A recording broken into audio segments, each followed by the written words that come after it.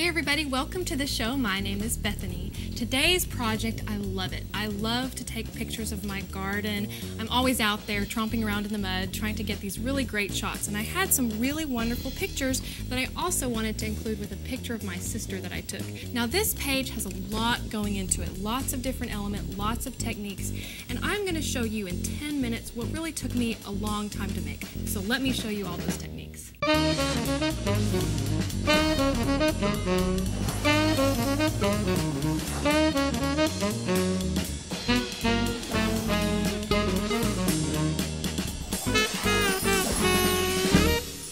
So the first thing we're going to start with are the elements that are going to go onto our page. I have this printable bright white shrink plastic by Shrinky Dinks. Whenever you get it out of the package, you want to print on the correct side.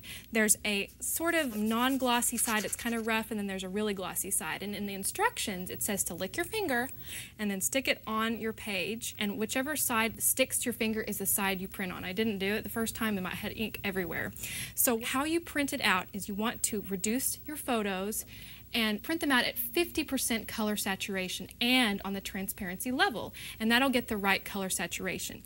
So let me show you how this works. It's really fun. I'm going to use this Pink Pig embossing heat tool by Heritage Handcrafts. It has this really cool sturdy base, and I cut out one of these pictures and I'm going to punch a hole. This is crucial because if you don't punch it before you shrink it, you're not going to be able to get a hole in that shrunk plastic. So put it down on your foil line. I'm going to hold it down with some tweezers, and I'm going to be able to turn it on with my index finger. That's the great thing about this product. You don't have to fumble around for the on-off switch. So I'm going to hold it down, and we're just going to heat this up, and this is the magic of Shrinky Dinks, is it's going to really start to shrink. Isn't that cool? We're just holding it down, and then we're going to let it sit for a minute, and then we're going to press down with a wood block just to make sure it's nice and flat. And then we have our little charm. Isn't that cute? So you can print out pictures of your kids and make little charms. You can do all kinds of fun stuff. So now we're going to work on another element on our page. I actually printed out the same pictures that I'm using in my charms, and I have these really cool little transparency folders that look like negatives, and they fit right in there. I have some adhesive on the back and on this front flap, and you just press down and you have these cool little negatives. Now what I'm going to do is just use my regular office stapler. I have these really cool green staples in my stapler, and I thought that it would add a really cool look. Whenever I was designing this layout, I really looked at some garden journals and some field notes, and I wanted things to just be collagey and fun. So now that we have that completed, we're going to work on our main focal point photo using a picture of my sister. So I decided to mat it on top of some unshrunk Shrinky Dinks plastic. This is actually the Rough and Ready. And when I put it on there, I thought, I really want to have some kind of quote or some journaling. And I found this quote that I loved, and I loved the font as well. I'm going to use a permanent black pen, and I'm just going to trace this font and this quote.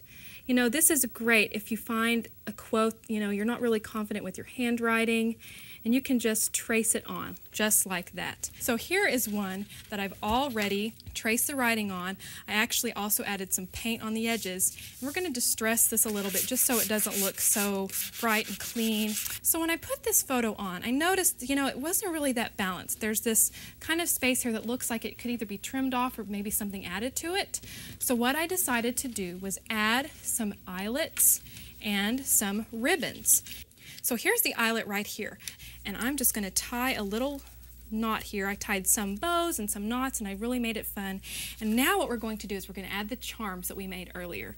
I have these large jump rings, and I'm actually going to thread this jump ring not through the eyelets but through the ribbon knots, so it's really easy. I have it through there.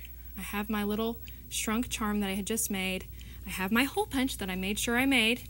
I'm going to close it up, and I have these really fun little dangly charms. I made 3. I'm really big on odd numbers. 3s and 5s are really eye-pleasing, and it's a good design element. So we've made all the elements. Let's start building our page. I have this 12 by 12 piece of white cardstock, and I'm going to add this beautiful picture of a rose that I took from my backyard. Isn't that pretty? My parents planted this rose bush. And I wanted to add this transparency. Now when I put it on top, I thought, well, I can't even read it. I really lost this. I wanted to use this as my title. What can I do? So I decided to paint my transparency. What you do is you turn it over on the back side, and I just use a regular foam brush, and I painted this green acrylic paint on. I actually used 2 different colors of green. Now I want to decorate this flower, the silhouette of this flower. So now I'm just tapping my paint into there, and I'm just going to tap straight down. This isn't about, stroking. This is really just, tapping and kind of filling in the color. I'm going to get a little red. You don't even have to wash your brush in between. And what you can do is whenever you want to see, well, what does it look like on the front? All you have to do is peel it back, and you can see that the paint is really showing. Set this aside to dry. The way you'll know that it's dry is that it will be dull. It will dry to a dull finish. If it's still shiny, it's still wet, so you don't want to get paint on your fingers.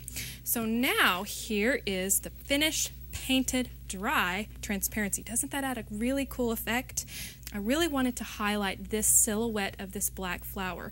And so I thought, well, maybe I can frame this up a little bit. So I cut another piece of the shrink plastic, the rough and ready, and I put it under there, and I thought, well, I don't even see that. What is the whole point of me putting that under? I can't see it. It gets lost. And so, as you can see, I've painted the edges just like I did earlier on our focal point photo.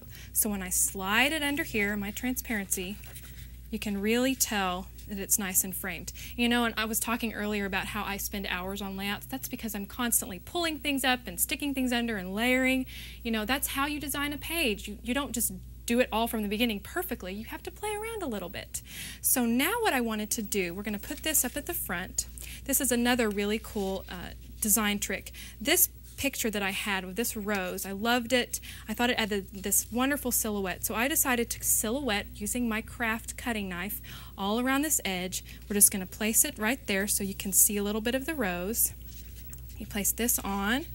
We're going to center that, and this frames this flower even more. It looks awesome. So now I wanted to add a little bit more color to this. I covered up my big rose, so I wanted to add some color. I have this really pretty picture that I took from a potted plant in my backyard, and I'm going to layer that under there to add some nice color.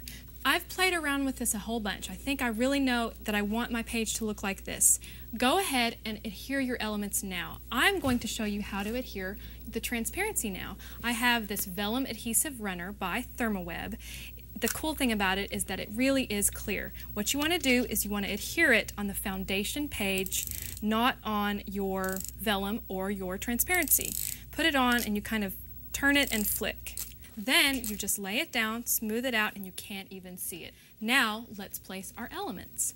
I have my picture pyramid right here. We're going to put this right in this top corner. I'm going to use my handy stapler just to staple that right on. So now all we have to do is add our focal point photo mat. Make sure that you use a really strong bond adhesive here because this is a little heavier with all of the added elements. And we're just going to adhere it right there. All of these elements have come together.